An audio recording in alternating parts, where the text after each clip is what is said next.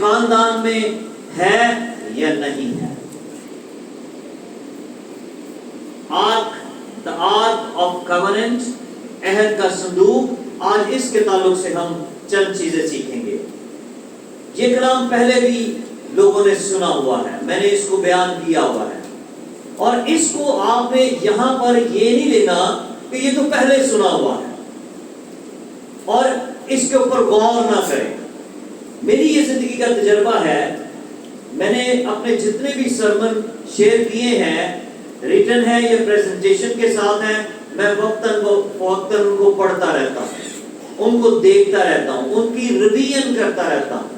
اس کی ریزن کیا ہے؟ اس کی ریزن یہ ہے کہ جب دہرایا جاتا ہے، اس کو پڑھا جاتا ہے، تو خدا تب بھی نیا خیال دے دیتا ہے، نئی سوچ دے دیتا ہے.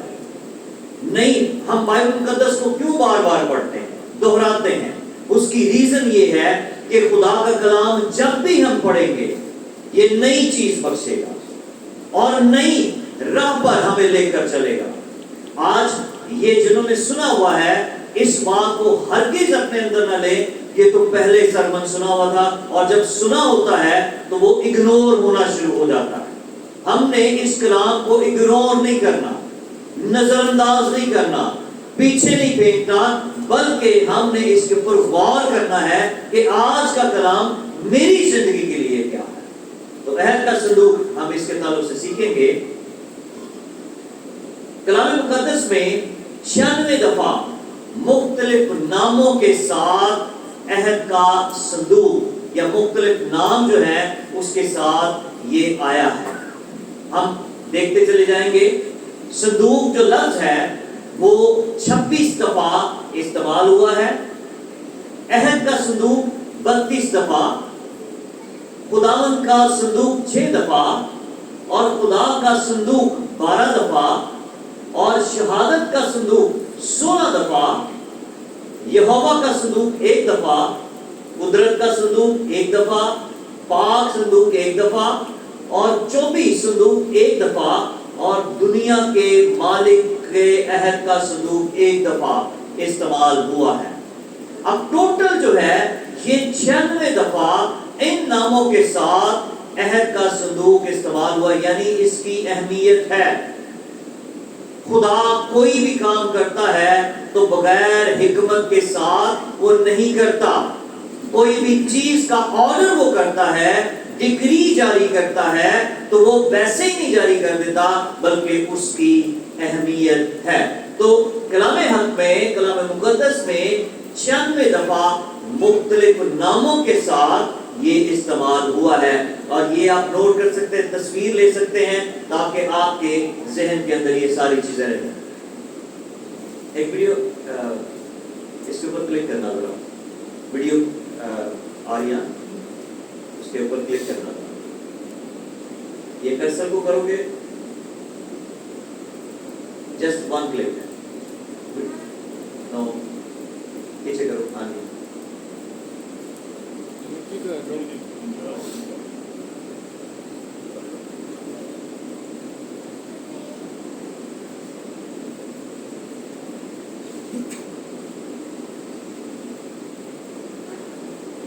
یہ ویڈیو ہے چھوٹی سی جو عہد کے صندوق کی بناوٹ کو ظاہر کرتی ہے.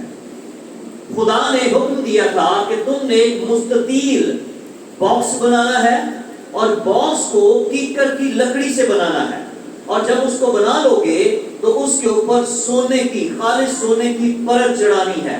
اس کا جو ڈھکنا رکھنے کے لیے جگہ ہے وہ بھی سونے کی ہوگی، اور پھر اس کے کنڈے جو ہیں وہ بھی سونے کے، اور جو راڈز ہوں گے جن سے اٹھایا جائے گا وہ بھی لکڑی کے، اور ان کے اوپر سونا چڑھایا جائے گا. اور اس کے بعد جو اس کا سرپوش ہے جس کو ہم عام طور پہ ڈھکنا کہتے ہیں، خدا نے اس کے لیے حکم کیا کہ ایک ہی سونے کی ڈلی لینی ہے، خالص سونا لینا ہے، اور اس کے اندر لکڑی استعمال نہیں ہوگی. وہ ڈھکنا بنایا جائے گا، سرپوش سے کہتے ہیں، اور اس کے اوپر سونے کے 2 کروبی فرشتے بنانے ہیں. فرشتے بنائے جائیں گے، اور ان دونوں کا جو منہ ہے وہ ایک دوسرے کی طرف ہوگا اور پروں سے وہ سایہ کر رہے ہوں گے۔ اب آپ نے یہ یاد رکھنا ہے کہ خدا کا کلام یہ کہتا ہے کہ دونوں کا رخ جو ہے وہ آمنے سامنے ہوگا، بیچ کی جو جگہ ہے وہ خالی ہوگی اور وہاں پر ایک خاص مقصد کے لیے خدا اپنے لوگوں سے ہم کلام ہوا کرے گا۔ اب یہ جو باتیں ہیں یہ خدا موسیٰ کو حکم کرتا ہے کہ تو نے یہ کام کرنا ہے اور کس طریقے سے کرنا ہے، کن سے بنوانا ہے، یہ سب چیزیں خدا نے اپنے کلام کے اندر بیان کر دی۔ اب اس کا جو ریٹن ورڈ ہے وہ بھی میں آپ کے سامنے رکھ دیتا ہوں۔ خروج 25واں باب 10ویں آیت سے 22ویں آیت تک اس کا تذکرہ ہے۔ یہ بائبل کے مطابق جو چیزیں ہیں وہ میں نے لکھ دی ہیں تاکہ آسان الفاظ میں آپ سمجھ سکیں۔ ایک مستطیل ڈبہ تھا جو کیکر کی لکڑی کا بنا ہوا تھا۔ جو پرانے لوگ ہیں لکڑی سے واقفیت رکھتے ہیں، ان کو پتا ہے کہ کیکر کی لکڑی کتنی اہم ہے۔ ریزن یہ ہے کہ اس کو کیڑا نہیں لگتا، اس کو گھن جو ہے وہ خراب نہیں کر سکتا۔ کیکر کی لکڑی کا استعمال ہوگا اور تقریباً 4 فٹ لمبا، 2.5 فٹ چوڑا اور 2.5 فٹ یہ اونچا تھا۔ یہ سونے سے مڑا ہوا تھا، چاروں کونوں پر 4 سونے کے کڑے لگے ہوئے تھے جن میں کیکر کی لکڑی کی چوبیں ڈال کر انہیں اٹھایا جاتا تھا۔ پھر سونے کے 2 کروبی سرپوش کے دونوں کونوں پر گھڑ کے لگا دیے گئے تھے۔ اس کے بعد صندوق مسکن میں اس جگہ تھا جہاں خداوند اپنے لوگوں سے ملتا تھا، ملاقات کی جگہ تھی۔ اور پھر اپنی مرضی اپنے خادموں موسیٰ، ہارون اور یشوع پر خدا ظاہر کرتا تھا اس کے وسیلے سے۔ یہ بزلیل بن اوری بن ہور نے بنایا تھا، جو یہودا کے قبیلے سے تھا۔ لاوی کے قبیلے کے کاہنوں کو حکم تھا کہ اس کو وہ اٹھائیں گے۔ اب یہ جو باکس ہے خدا نے ایک خاص مقصد کے لیے اس کو بنوایا، اور آگے چل کے ہم اس کے مقصد کو بھی دیکھیں گے مقصد کیا تھا۔ عہد کے سوال، اب یہ کہیں نے پڑھ لیا ہے خدا نے اس کے اندر کیا رکھنے کا حکم دیا تھا۔ ہم جنرل نالج بھی ساتھ ساتھ سیکھتے ہیں، جس کو لاسٹ سنڈے کریٹو اسٹڈی کہہ رہے تھے۔ یہ وہ اسٹڈی ہے جو ہم بائبل کو پڑھتے ہیں، لیکن کریٹو اسٹڈی تب آتی ہے جب ہم آپس میں گفت و شنید کرتے ہیں، سوال جواب کرتے ہیں۔ تو اس کے وسیلے سے ہم بہت کچھ سیکھتے ہیں۔ کیا ہوگا اس کے اندر، کیا خدا نے رکھا ہوا تھا؟ جی پلیز اونچی بولیں۔ 10 احکام، ہارون کا عصا تھا، موسیٰ کی نہیں تھی۔ اس کے اندر رکھا تھا عہد کے صندوق میں 10 احکام کی تختیاں، من سے بھرا ہوا ایک مرتبان اور ہارون کا عصا رکھا ہوا تھا۔ یہ چیزیں اس کے اندر تھیں۔ سرپوش تھا یعنی جو ڈھکنا ہے، پھر تختیاں جو خدا نے موسیٰ کو دی، پھر عصا یہ ہارون کا عصا تھا، اور پھر مرتبان جس کے اندر من رکھا ہوا تھا۔ کتنے سال آسمان سے من آتا رہا بنی اسرائیل کے لیے؟ بہت دفعہ میں نے یہ بیان کیا لیکن بہت کم آواز ہے۔ کتنے سال آسمان سے آسمانی خوراک من آتا رہا؟ 40 سال۔ بولے آپ کو یہ آنا چاہیے اور اونچی آواز میں بولا کرے، 40 سال تک خدا آسمان سے روٹی ان کو دیتا رہا۔ یہ چیزیں اس کے اندر تھی۔ اور موسیٰ کا بھائی ہارون جو پہلا چیف پریسٹ تھا یعنی کہ کاہن اعظم تھا، اس کا عصا اس کے اندر رکھا ہوا تھا۔ اور یہ جو عصا ہے، راڈ ہے، لاٹھی ہے، یہ خاص قسم کی تھی، اور اس کی خاصیت یہ تھی کہ اس کے اوپر پتے بھی آتے تھے اور پھول بھی آتے تھے۔ یہ ایک معجزہ ہے۔ ہسٹری بیان کرتی ہے کہ یہ جو خاص قسم کا لکڑی ہے، اس کے اوپر پتے بھی آتے تھے، پھول بھی آتے تھے۔ لکڑی اگر درخت کے ساتھ کاٹ دی جائے، ڈالی کاٹ دی جائے تو وہ کچھ اپنے آپ سے پروڈیوس نہیں کر سکتی، وہ ڈیڈ ہے، لیکن اس کے اندر زندگی موجود تھی۔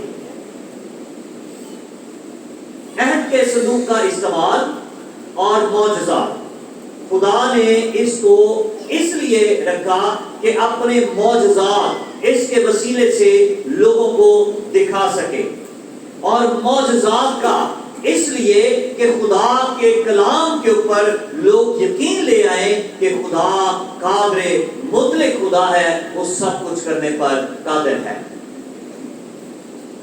سب سے پہلا جو اس کا مقصد تھا، خدا کی حضوری لوگوں کے درمیان ہوگی۔ میں نے اس کا ٹائٹل خدا کی حضوری، خدا کی موجودگی یہ رکھا ہے۔ تو پہلا مقصد اس کا بنانے کا تھا کہ میں اپنے لوگوں کے درمیان رہوں گا، میں اپنے لوگوں کے درمیان سکونت کروں گا، میں ان کی رہنمائی کروں گا۔ کس طریقے سے خدا کی حضوری یہاں موجود تھی؟ خروج 13واں باب یہ حوالہ ہے، یہ آپ نوٹ کر سکتے ہیں۔ دن کے وقت خدا بادل کے ستون کے ساتھ اپنے لوگوں کے اندر موجود ہوتا تھا۔ خدا اپنے لوگوں کے درمیان بادل کا ستون بنا کر ان کے درمیان اپنی حضوری کو رکھتا تھا۔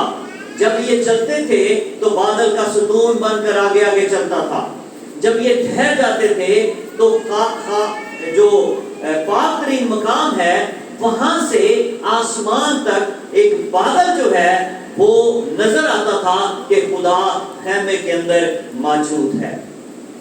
اس کے بعد رات کو بادل کے آگ کے ستون کی صورت میں وہ ان کے ساتھ رہتا تھا۔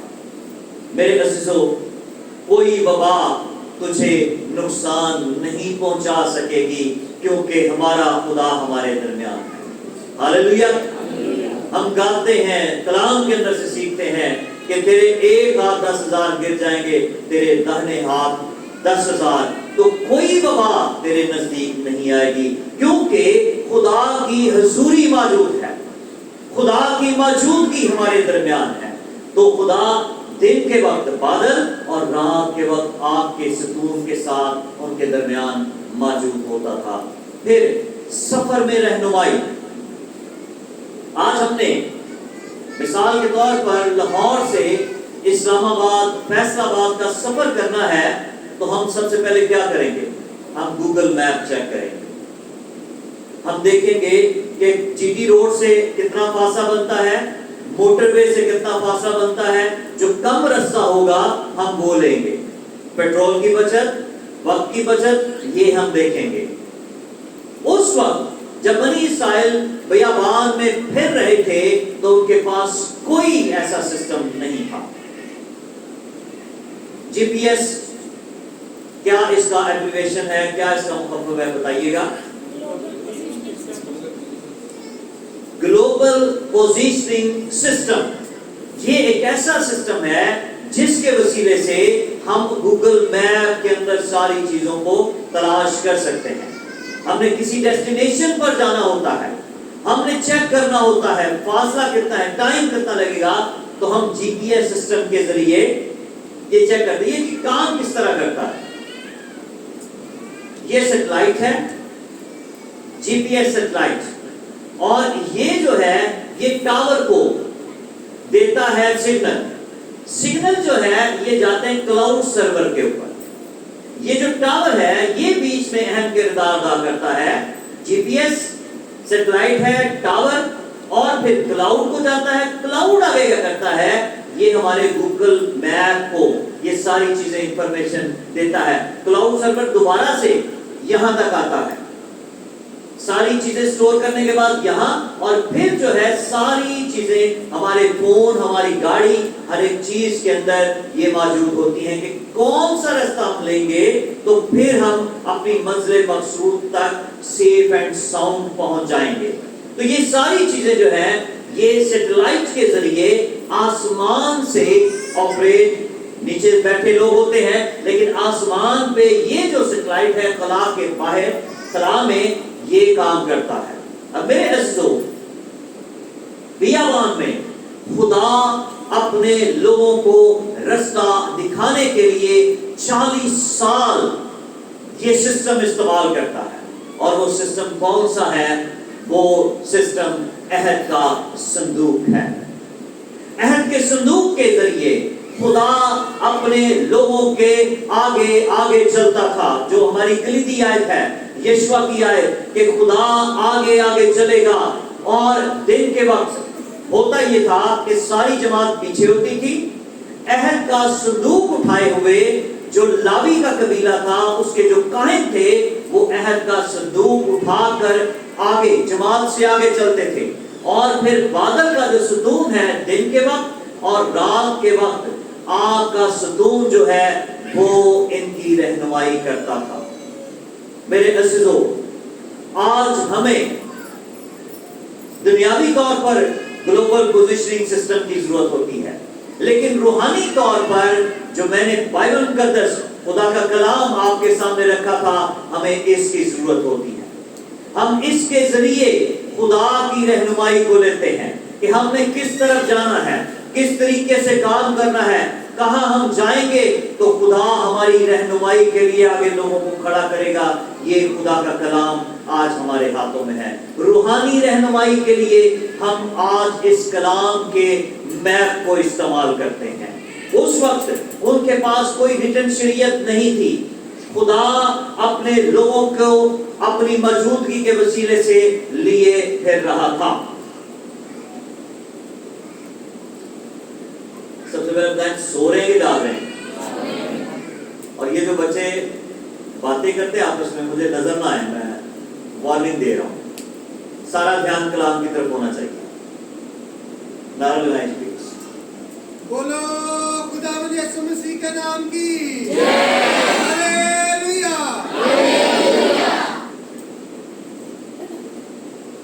جب خدا کے کلام کا وقت ہے پورا دھیان ادھر ہونا چاہیے، آپس کی باتیں نہیں ہونی چاہیے. یہ وہی آیت ہے، آپ نوٹ کر سکتے ہیں، تصویر لے سکتے ہیں جو میں نے بیان کیا ہے کہ خدا اپنے لوگوں کو دن کے وقت بادل کا ستون، رات کے وقت آگ کا ستون کے وسیلے سے رہنمائی دیتا تھا. اور دونوں وقتوں میں یہ ستون چاہے بادل کا ہے یا آگ کا ہے آگے سے ہٹتا نہیں تھا. ملاقات کی جگہ تیسرا اس کا معجزہ، خدا اپنے آپ کو ملاقات کے لیے فراہم کرنے کے لیے اس جگہ کا استعمال کرتا تھا. اس طریقے سے خدا نے کہا اور میں وہاں تجھ سے ملا کروں گا اور اس سرپوش کے اوپر سے اور کروبیوں کے بیچ سے جو عہد کے صندوق کے اوپر ہوں گے ان سب احکامات کے بارے میں جو میں بنی اسرائیل کے لیے تجھے دوں گا تجھ سے بات چیت کیا کروں گا. یہ خدا کی ملاقات کی جگہ تھی. میں نے شروع میں آپ کو بتایا تھا کہ خدا نے یہ کہا تھا جو کروبیوں کا منہ ہے وہ ایک دوسرے کی طرف ہوگا. وہ اب یہ ریپریزنٹ کر رہا ہے موسیٰ کو، تو یہ موسیٰ کی طرف نہیں ہے. ریزن کیا تھی؟ خدا یہ ریزن دے رہا تھا، خدا یہ چاہ رہا تھا کہ یہ جو کروبی ہیں مجھے سجدہ کریں، نہ کہ انسان کو.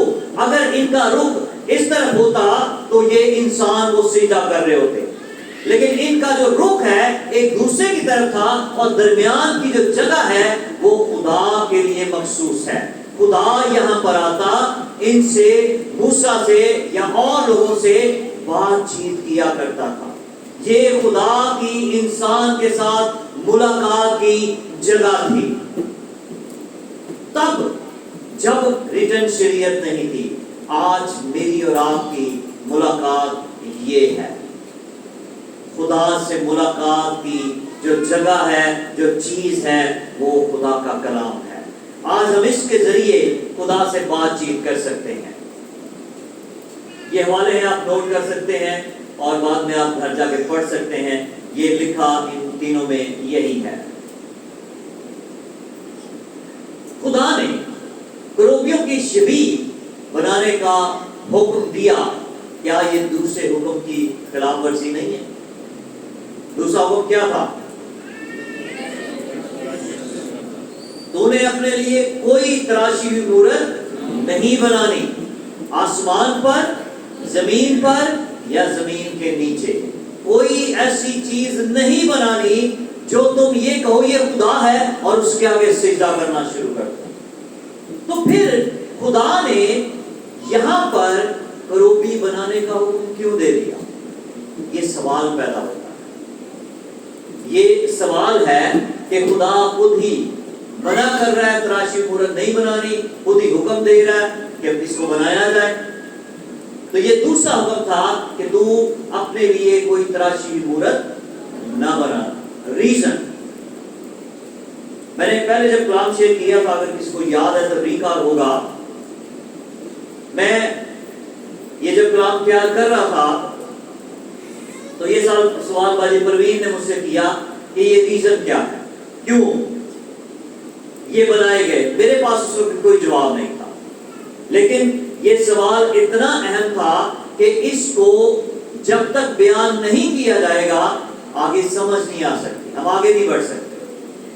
اور آگے بڑھنے کے لیے اس کا کلیئر ہونا جو ہے وہ بڑا ضروری ہے کہ ہم اس طرح جانیں کہ اگر خدا ان کے بنانے کو ظاہر کر رہا ہے، حکم دے رہا ہے، تو کوئی نہ کوئی مقصد ہے۔ اب میرے عزیزو، میں دعا کرتا رہا، پوچھتا رہا خدا سے، پھر خدا نے خواب کے اندر مجھے اس کی وجہ بتائی کہ کیوں یہ بنائے گئے۔ اب جب ہم یہ دیکھتے ہیں کہ یہ دونوں کروبی اپنے پروں سے سایہ کیے ہوئے ہیں، تو ہمیں حزقیل کے صحیفے کے اندر سایہ افغن کا لفظ استعمال ہوا ملتا ہے، اور سایہ افغن کہتے ہیں جو سایہ کرتے ہیں اپنے پروں سے، اور کرتے کس پر ہیں؟ خدا کے تخت کے اوپر۔ خدا یہ چاہتا تھا کہ جس طرح آسمان پر میرے تخت کے اوپر فرشتے سایہ کرتے ہیں اور میں ان کا مالک ہوں اور وہ میرے سامنے جھکتے ہیں، اسی طرح انسان بھی میرے سامنے جھکے، وہ میری پرستش کرے۔ اب یہ جو آسمانی ارواح ہے، کروبی ہے، یہ خدا کے تخت کے اوپر سایہ کرنے کی تصویر ہے۔ اور زمین پر بھی خدا نے انسان کو اسی لیے بنایا کہ وہ اس کی پرستش کرے، اس کے سامنے جھکے، نہ کہ کسی اور کے سامنے۔ اس لیے یہ آسمانی جو منظر ہے اس کی تصویر خدا نے یہاں پر رکھ دی کہ خدا کی پرستش ہونی چاہیے۔ یردن دو حصے ہو گیا۔ موسیٰ کے لیے یہ تھا کہ موسیٰ کنعان کی سرزمین میں داخل نہیں ہوگا، اور یشوع کے سامنے یہ چیز آئی کہ یشوع جو ہے وہ کمان کو سنبھالے گا۔ یشوع کیا کرے گا کہ وہ آگے لیڈ کرے گا، لیکن جو پہلی اسائنمنٹ یشوع کو ملی وہ بہت بڑی اسائنمنٹ تھی، اور اسائنمنٹ یہ تھی کہ دریا کو پار کرنا ہے۔ اور جس وقت یہ ہوا تو دریا اوپر سے نیچے کی طرف بڑی تیزی سے بہہ رہا تھا۔ آپ کو پتا ہے سیلاب آیا ہوا ہے، جب ہم ناردرن ایریاز کے اندر دیکھتے ہیں اور بھی مختلف ممالک کے اندر، جو پانی اوپر سے نیچے کی طرف بہہ رہا ہے وہ کوئی بھی چیز کو آگے ٹھہرنے نہیں دیتا، اڑا دیتا ہے، تباہ و برباد کر دیتا ہے۔ اسی طرح یہ وہ وقت تھا کہ جب اوپر سے نیچے تک پانی تیزی سے بہہ رہا تھا اور آگے کوئی ایسی چیز نہیں تھی کہ جو ہمیں پل کے طور پر استعمال ہو اور یہ اس طرف جائیں، یردن کے اس پار جانا ہے۔ تو خدا نے حکم دیا، خدا نے حکم دیا کہ تو نے یہ کرنا ہے کہ یہ جو عہد کا صندوق ہے میری حضوری کا نشان ہے، میں تمہارے درمیان موجود ہوں۔ تو لاوی کا قبیلہ، لاوی کے جو کاہن ہیں وہ اٹھائیں گے اور اپنے پاؤں جو ہیں وہ دریا یردن میں رکھ دیں گے، اور دریا یردن میں جب رکھ دیں گے تو اسی وقت یہ جو پانی ہے یہ تھم جائے گا، یہ رک جائے گا۔ یہ عظیم معجزہ تھا کہ یشوع اپنی کمان کے اندر خدا کے حکم کو پورا کرتے ہوئے جب حکم دیتا ہے کہ کاہن عہد کے صندوق کو اٹھائے، پانی کے اندر پاؤں رکھیں، تو اسی وقت خدا معجزہ کر دیتا ہے۔ اور پیچھے کا پانی پیچھے، اور جو آگے کا پانی ہوتا ہے آگے کی طرف نکل جاتا ہے، اور خدا خشک زمین سے اپنے لوگوں کو آگے لے چلتا ہے۔ آج میرے عزیزو، روحانی طور پر اگر ہماری زندگی کے اندر رکاوٹیں آ رہی ہیں، بندشیں آ رہی ہیں، اور طوفان ایسا ہے کہ ہم اس میں سے گزر نہیں سکتے، تو خدا کے کلام کا سہارا لینا پڑے گا، خدا کے کلام کو اپنے ہاتھوں میں لینا پڑے گا، خدا کے کلام کو اپنے منہ میں رکھنا پڑے گا، بولنا پڑے گا، اور جو چیزیں ہیں وہ آگے سے ہٹنا شروع ہو جائیں گی۔ یہ دریا اوپر کا اوپر رک گیا، اور آگے کا جو پانی ہے وہ آگے چلا گیا، اور خدا نے ان کے لیے معجزہ کر دیا کہ پانی 2 حصوں میں تقسیم ہو گیا۔ ہاللیلویا۔ مجھے ہاللیلویا کہنا نہ پڑے، جب خدا کی تعریف کے اندر آپ کے دلوں کے اندر یہ چیز اٹھے، آپ خود ہاللیلویا کا نعرہ لگائیں۔ اور میں بول رہا ہوں، لیکن آپ جو ہیں وہ جیسے سستی کاہلی کا شکار ہیں، آپ کے اوپر کوئی اثر نہیں ہوگا۔ یہ بات آپ کے اندر جوش ماننی چاہیے کہ میرا خدا میرے لیے آج بھی ایسا کرتا ہے۔ اور ہاللیلویا نارمل نہیں ہونا چاہیے۔ کس طرح ہونا چاہیے؟ کوئی نہیں بولے گا، کلیسیا بولے گا۔ ابھی بھی نہیں، ابھی بھی آواز کم ہے، پلیز۔ ضائع کی آواز آ رہا ہے، دوبارہ سے آمین۔ آپ کو یہ ہونا چاہیے کہ جب خدا کی تعریف کے اندر، میں اپنے لیے نہیں کہہ رہا، یہ خدا کے جلال کے لیے ہے، خدا کی قوت اور قدرت کے لیے ہے، جب آپ بولیں گے تو ابلیس کے کلے جو ہے وہ ٹھہر جائیں گے۔ تو خدا نے ان کے لیے معجزہ کیا، اور یہ خشک زمین سے ہو کر آگے چلے گئے۔ یہ عظیم معجزہ خدا نے عہد کے صندوق کے وسیلے سے کیا کہ پانی 2 حصوں میں تقسیم ہو گیا۔ پھر آگے ہم دیکھتے ہیں یریکو کی دیوار۔ آج بھی ہماری زندگیوں کے اندر ایسی دیواریں کھڑی ہوتی ہیں جن کو ڈھانا، جن کو عبور کرنا، جن کو تہہ کر دینا ہمارے بس کی بات نہیں ہوتی، لیکن خدا ہماری زندگی میں کیسے کرتا ہے۔ یہ ایک ایسا قلعہ تھا، قلعہ شہر تھا کہ جس کی دیواروں کے اوپر بھی گھر بنے ہوئے تھے۔ یہ لوور وال ہے، یعنی نچلی دیوار ہے، یہ اپر وال ہے، یہ اپر وال ہے، اور اس کے اوپر گھر بنے ہوئے تھے۔ راحت کسبی کا گھر بھی اسی کے اوپر تھا، اور یہ ایسا مضبوط شہر تھا جس کو تسخیر کرنا، جس کو فتح کرنا ناممکن تھا۔ اب یشوع اور اس کے لوگوں کے سامنے یہ شہر آ گیا۔ خدا نے کیا کیا؟ خدا نے حکم دیا کہ تم نے کرنا کیا ہے۔ خدا ساتھ ہے، عہد کا صندوق آگے آگے ہے، تو خدا نے یہ کہا کہ لاوی عہد کا صندوق اٹھائیں گے۔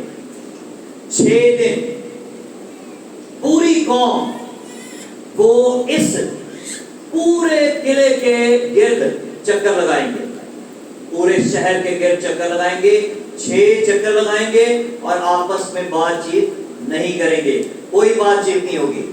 آج میں دیکھتا ہوں کلام ہو رہا ہے اور آپس میں بات چیت جاری ہوتی ہے۔ کلام یاد آ گئی، چرچ کے بعد آپ کر لیں، بڑا ٹائم ہے، فون پہ آپ کر لیں، لیکن چرچ کے اندر جب کلام ہو رہا ہے تو کوئی بات نہیں ہونی چاہیے۔ خدا نے ان کو کہا کہ 6 چکر لگانے ہیں، اور 7ویں دن کیا کرنا ہے؟ 7ویں دن تم نے عہد کا صندوق اٹھائے ہوئے شاؤٹ کرنا ہے، نعرے لگانے ہیں، جس کی بات ابھی میں کر رہا تھا۔ نعرے لگائیں گے، دیواریں آپ کی زندگی سے ہٹنا شروع ہو جائیں گی۔ اور جب انہوں نے نعرہ لگایا، خداوند کی تعریف کی، خداوند کے لیے گایا، تو دیواریں جو ہیں وہ ڈھہنا شروع ہو گئی۔ وہ کلے، وہ دیواریں جن کو بم، اس وقت کا بم یا اس وقت کی جو چیزیں تھی وہ بھی توڑ نہیں سکتی تھی، خدا کی آواز کے وسیلے سے وہ ٹوٹنا شروع ہو گئی۔ ہاللیلویا۔ خدا ہماری زندگی میں ایسے کام کرتا ہے۔ اگر بڑے بڑے دروازے بھی آ جائیں گے، دیواریں آ جائیں گی، تو خدا اپنی قوت اور قدرت کے وسیلے سے، ہمارے وسیلے سے جب ہم خدا کا نام لیں گے تو ان دیواروں کو دور کرنا شروع کر دے گا۔ ہاللیلویا۔ پھر ہاللیلویا کا ہاللیلویا۔ آمین۔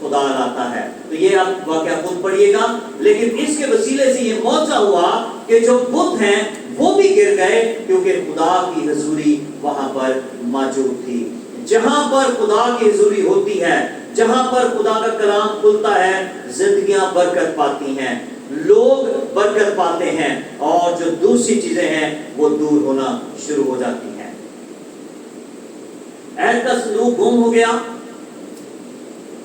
ایک اور نظریہ پایا جاتا ہے، اور وہ نظریہ یہ ہے کہ 587 قبل از مسیح میں نبوکدنضر نے جب یروشلم پر حملہ کیا، ہیکل کو جلا دیا اور یروشلم شہر کو تباہ و برباد کر دیا، تو نبوکدنضر جو ہے وہ عہد کے صندوق کو اٹھا کر لے گیا.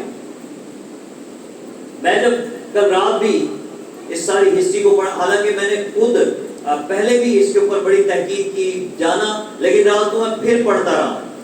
میں کبھی بھی اپنے پڑھنے کے جو چیز ہے اس کو رد نہیں کرتا. میں رات کو پھر اس کی ریویژن کر رہا تھا. جو میں نے پہلے کہا کہ میں پڑھتا رہتا ہوں اپنے سرمنز کو. تو نبوکدنضر جب آیا تو اس کو یہ کہا گیا، اس کے تعلق سے یہ کہا جاتا ہے کہ یہ اٹھا کے لے گیا. یرمیہ نے ایک پیشین گوئی کی تھی. یرمیہ نے کہا تھا کہ نبوکدنضر آئے گا، بابل کا بادشاہ آئے گا، تم اپنے آپ کو اس کے سپرد کر دینا. بادشاہ کو کہا گیا، لیکن بادشاہ نہیں مانا. اس نے کہا نہیں، ہم جنگ کریں گے، اس کو ہرائیں گے.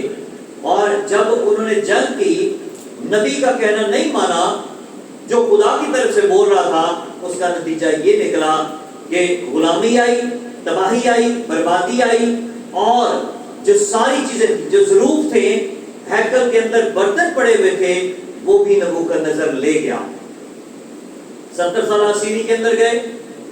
جب سائرس دا گریٹ، خورس بادشاہ بنا بابل کا، تو اس نے سارے برتن واپس کر دیے، لیکن ان میں عہد کا صندوق موجود نہیں تھا. یہ بائبل کے اندر لکھا ہے کہ کورس نے کتنی پیالیاں، کتنے چمچے، یہ وہ ساری چیزیں وہ واپس کر دی. جو خزانے کے اندر تھا اس نے لوٹا دیا، لیکن عہد کا صندوق اس کے اندر نہیں تھا. تو نبوکدنضر اس کو چرا کر نہیں لے گیا. ہیکل کو تباہ کر دیا، جو چیزیں میں نے بیان کر دی ہیں، غلام بنا کر لے گیا. اس کی پکچر لینا چاہتے تو لے سکتے ہیں. اس کے بعد یہ ایک اور غلامی کی تصویر ہے جو یہ پیش کرتی ہے کہ دانیل اور اس کے ساتھی سارے جو ہے غلام بن کر بابل کے اندر گئے تھے. یہودیوں کا ایک دعویٰ ہے، اور محکمہ آثار قدیمہ کی دریافتیں بھی اس کے اوپر ہیں. یہودیوں کا ایک دعویٰ ہے جو یہ کہتا ہے کہ دوسرا مکابین کی کتاب، یہ کیتھولک ترجمے کے اندر کتاب موجود ہے، دوسرا مکابین، دوسرا باب 4 سے 7 آیت، یہ یہودیوں کا دعویٰ ہے جو اس کتاب سے لے کر وہ یہ کہتے ہیں. ہوا یہ کہ یرمیہ نبی نے پیشن گوئی کی تھی کہ 70 سالہ اسیری میں جائیں گے. تو یرمیہ نے کیا کام کیا؟ جب بادشاہ نہیں مان رہا، لوگ نہیں مان رہے، تو اس نے کیا کیا کہ ایک سرنگ جو ہیکل کے جو دروازہ ہے، جو پاک ترین مقام ہے، اس کے نیچے ایک سرنگ بنوائی، اور اس کے ذریعے سے وہ عہد کا صندوق اور چیزیں اس نے اٹھائیں اور کسی محفوظ جگہ پر رکھ دی. اور مکابین کی کتاب میں لکھا ہوا ہے کہ اس نے جب یہ چیزیں اٹھا رہا تھا، لے کے جا رہا تھا، اور اس نے ایک پہاڑی کے اندر اس کو چھپا دیا، دروازہ بند کر دیا. اور جب دروازہ بند کیا تو جو ساتھی تھے، لاوی کے قبیلے سے تھے، انہوں نے کیا کیا کہ نشانیاں لگانا شروع کر دی کہ ہم آئیں گے واپس اور اس کو اٹھا کے لے جائیں گے. لیکن اسی وقت یرمیہ نے کہا کہ تم لوگوں نے ایسا نہیں کرنا، ایک وقت آئے گا کہ خدا اس کو ظاہر کر دے گا. اب یہ جو سرنگیں ہیں، یہ جو سرنگ ہے، یہ دریافت ہو چکی ہے. یہ وہ سرنگ ہے جو ہیکل کے نیچے سرنگ ہے، اور یہ بنائی گئی، اور اس کے ذریعے سے جو عہد کا صندوق ہے وہ دوسری جگہ منتقل کیا گیا. خدا کا کلام بیان کرتا ہے کہ کوئی نبو سے خدا اپنے بندہ کو کہتا ہے کہ تو یردن کے پار اسرائیل کو دیکھ لے. اور مکابین کی کتاب کے اندر لکھا ہے کہ وہ جس پہاڑی کے اندر اس نے یرمیہ نے اس کو بند کر دیا تھا، رکھ دیا تھا، وہ یہ پہاڑی تھی، کوئی نبو پسگا کی چوٹی. یہ نبو کا پہاڑ ہے، پسگا کی چوٹی ہے. یہاں سے موسیٰ نے یردن کے پار خدا کی سرزمین کو، مقدس مقام کو دیکھا تھا، اور پھر خدا نے کہا تھا تو آگے نہیں جا پائے گا. تو یہ جو چوٹی ہے، اس کی جگہ کے اوپر یہ خیال کیا جاتا ہے کہ عہد کا صندوق موجود ہے. یہ وہ جگہ ہے، یہ وہ چوٹی ہے، اور آگے پورے اسرائیل کا علاقہ نظر آتا ہے جو موسیٰ نے یہاں سے دیکھا تھا. یہ دو آرکیالوجسٹ ہیں جنہوں نے یہ جو سرنگ تھی یہ دریافت کی تھی. یہ دونوں آرکیالوجسٹ ہیں، انہوں نے اس چیز کو دریافت کیا تھا. آگے ہم پڑھیں گے.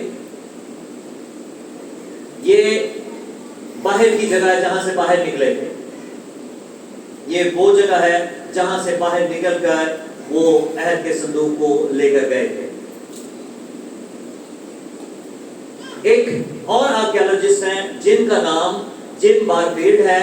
ان کو ایک تانبے کا تومار ملا، اس کے اوپر کچھ لکھا ہوا تھا، اور اس نے تحقیق کر کے یہ کہا کہ وادی قمران میں عہد کے صندوق کے ملنے کا امکان ہے، کیونکہ ابھی یہ جارڈن کے ایریا کے اندر ہے. جارڈن نے سختی کر دی ہے، وہ اس جگہ کو وہ چھان بین کرنے کے لیے فراہم نہیں کر رہے، تو اس وجہ سے یہ کام رکا ہوا ہے. لیکن اس کا یہ دعویٰ تھا کہ میری جو کیلکولیشن ہے کہ یہ یہاں پر وادی قمران کے اندر عہد کا صندوق ہونا چاہیے. ابھی ملا نہیں ہے. آپ یوٹیوب کے اوپر یہ پڑھ سکتے ہیں یا دیکھ سکتے ہیں، یا ویڈیو موجود ہے کہ ایک آرکیالوجسٹ تھے رون وائٹ، جن کا نام تھا، ڈیتھ ہو چکی ہے. انہوں نے دعویٰ کیا تھا کہ عہد کا صندوق مل چکا ہے، لیکن زیادہ لوگ اس کو نہیں مانتے. عہد کا صندوق ابھی نہیں ملا. تو اس کا یہ دعویٰ تھا کہ یہ ہو سکتا ہے. یہ تیسرا دعویٰ تھا جس کو ہم نے دیکھا ہے. ایک اور دعویٰ موجود ہے ایتھوپیا کے چرچ کا، اور یہ ایتھوپیا کا چرچ جو ہے، چرچ کا نام ہے چرچ آف آور لیڈی میری آف زیون. یہ چرچ جو ہے یہ دعویٰ کرتا ہے کہ اصل عہد کا صندوق جو ہے وہ ہمارے پاس ہے، ہم نے اس کو محفوظ کیا ہوا ہے. اب اسرائیل کا اور ایتھوپیا یعنی کہ افریقہ کا فاصلہ بہت ہے. یہ بہت فاصلہ ہے جس کا ذکر یہاں. اب وہاں سے عہد کا صندوق یہاں کیسے آ گیا؟ آگے ہم بڑھتے ہیں. یہ میں چرچ آپ کو دکھاتا ہوں. یہ وہ جگہ ہے جہاں پر عہد کا صندوق محفوظ ہے. اس کی بڑی نگرانی کی جاتی ہے. جو کاہن ہے وہی جا کر اس کی صدیوں سے وہ اس کو دیکھ بھال کر رہا ہے، دیکھ رہا ہے، سب چیزیں ہو رہی ہیں. یہ وہ چرچ ہے، یہ اندرونی منظر ہے. اب یہ جو سٹوری ہے یہ ہے کیا؟ یہ بڑی دلچسپ سٹوری ہے. ان کی ایک کتاب ہے دا کیبرا نیگٹس. یہ کتاب ہے، یہ ایتھوپیا کے اندر عام مل جاتی ہے. یہ ایک سٹوری ہے، اور سٹوری یہ ہے کہ سلیمان نے ہیکل بنائی، خدا نے اسے حکمت بخشی. حکمت ایسی کہ دور دراز کے جو لوگ تھے وہ حکمت سننے کے لیے وہ سلیمان کے پاس یروشلم کے اندر آتے تھے. اسی کا جو شہرہ تھا، جو شہرت تھی، وہ سن کر سبا کی ملکہ، سبا آج کا افریقہ ہے، ایتھوپیا ہے، وہ وہاں سے چل کر یروشلم آئی اور اس نے اس کی حکمت دیکھی. اس کتاب کے اندر لکھا ہے کہ جو سبا کی ملکہ تھی اس نے سلیمان سے شادی کر لی، اور سلیمان کا اس میں سے ایک بیٹا پیدا ہوا. اور جب وہ 22 سال کا ہوا تو واپس وہ یروشلم آیا. یہ ابھی رات کو میں چیزیں پڑھ رہا تھا. وہ واپس آیا اور اس نے جب اس ہیکل کے اندر اس چیز کو دیکھا تو اس نے کہا کہ یہ مجھے چاہیے. سلیمان کو کہا. سلیمان کہتا ہے یہ اس کتاب کے اندر لکھا ہوا ہے. سلیمان نے کہا کہ یہ تجھے نہیں مل سکتا, یہ ہمارا مقدس خدا کی حضوری کا نشان ہے, یہ تجھے نہیں مل سکتا. لیکن اس کتاب کے دعوے کے مطابق وہ جو سبا کی ملکہ کا بیٹا ہے, سلیمان کا بیٹا ہے, وہ اس کو چرا کر لے جاتا ہے. جس بھی طریقے سے چرا کر لے جاتا ہے, لاویوں کو کہتا ہے, لالچ دیتا ہے, وہ اٹھا کر لے جاتا ہے اور یہاں پر لے آتا ہے ایتھوپیا کے اندر. اور جب ایتھوپیا کے اندر لے آتا ہے تو اس کے لیے ایک جگہ بنائی جاتی ہے, اور ایتھوپیا کا چرچ آج بھی یہ دعویٰ کرتا ہے کہ یہ اصل ہمارے پاس موجود ہے. تو یہ تیسرا چوتھا امکان ہے کہ یہ یہاں پر ہو سکتا ہے. میں آپ کو مستقبل کی بات بتانا چاہتا ہوں, یہ بات بڑے غور سے سنیے گا. ہم آخر کی طرف عہد کا صندوق ملے گا اور ملنا ہے. اس کی ریزن یہ ہے کہ جو قربانیوں کا نظام ختم ہو چکا ہے وہ دوبارہ جاری ہونا ہے. وہ جاری ہوگا جب ہیکل بنے گی, عہد کا صندوق اس کے اندر رکھا جائے گا, قربانیاں دی جائیں گی اور خون عہد کے صندوق کے اوپر چھڑکا جائے گا, تو یہ ساری چیزوں میں بحال ہونا ہے. لیکن اب ملتا کب ہے یہ خدا کو پتا ہے. یرمیا نبی نے جو پیشن گوئی کی تھی مکابین کے مطابق کہ خدا خود فراہم کرے گا, تو خدا نے فراہم کرنا ہے. لیکن آج ہمارے لیے کیا ہے؟ آج ہم کس طریقے سے خدا کی حضوری کو, خدا کے کلام کو اپنی زندگی میں رکھ سکتے ہیں؟ اور وہ یہ ہے, یوحنا کے مطابق انجیل پہلا باب اور 34 آیت میں لکھا ہے, اور کلام مجسم ہوا اور فضل اور سچائی سے معمور ہو کر ہمارے درمیان رہا, اور ہم نے اس کا ایسا جلال دیکھا جیسے باپ کے اکلوتے کا جلال. عہد کا صندوق ابھی نہیں ہے, لیکن خدا نے اپنے کلام کو جو مجسم کلام ہے اس دنیا کے اندر بھیج دیا, تاکہ جو کوئی اس پر ایمان لائے ہلاک نہ ہو بلکہ ہمیشہ کی زندگی پائے. اور جو اس پر یقین لے آتا ہے اس کو اپنی زندگی کا مالک بنا لیتا ہے. خدا کی حضوری, خدا کی اماجگاہ وہ شخصیت بن جاتی ہے, خدا کی جگہ, رہنے کی جگہ وہ بن جاتی ہے. اس وقت خدا عہد کے صندوق کے وسیلے سے اپنے لوگوں سے ہم کلام ہوتا تھا, وہاں پر بیٹھتا تھا. آج خدا اس کلام کے وسیلے سے ہماری زندگیوں سے کلام کرتا ہے. آج جو زندگی خداوند یسوع مسیح کو اپنا شخصی نجات دہندہ قبول کر لے گی, اس کی زندگی کے اندر برکت آنا شروع ہو جائے گی, بحالی آنا شروع ہو جائے گی, خدا کا جلال ظاہر ہونا شروع ہو جائے گا, اور خدا کی برکت ہماری زندگیوں میں ٹھہرنا شروع ہو جائے گی. تو خداوند اس کلام کے وسیلے سے ہم سبوں کو بڑی برکت دے, اور اس کلام کے اوپر سمجھنے کا, عمل کرنے کا فضل خداوند ہمیں دے. آئے ہم دعا کریں.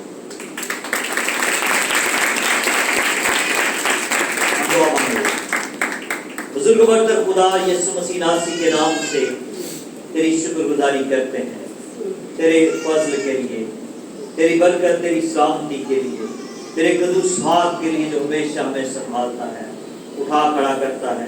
تیری شکر گزاری کرتے ہیں. خداوند اپنے آپ کو اور ساری کلیسیا کو, جماعت کو تیرے ہاتھوں میں سونپ دیتا ہوں. خداوند تو اپنی الہی قدرت کا اظہار کر, تیرے فضل کی بارش ہو اور تیری سلامتی خداوند کلیسیا پر ہے, اور تیرا نام جلال پائے.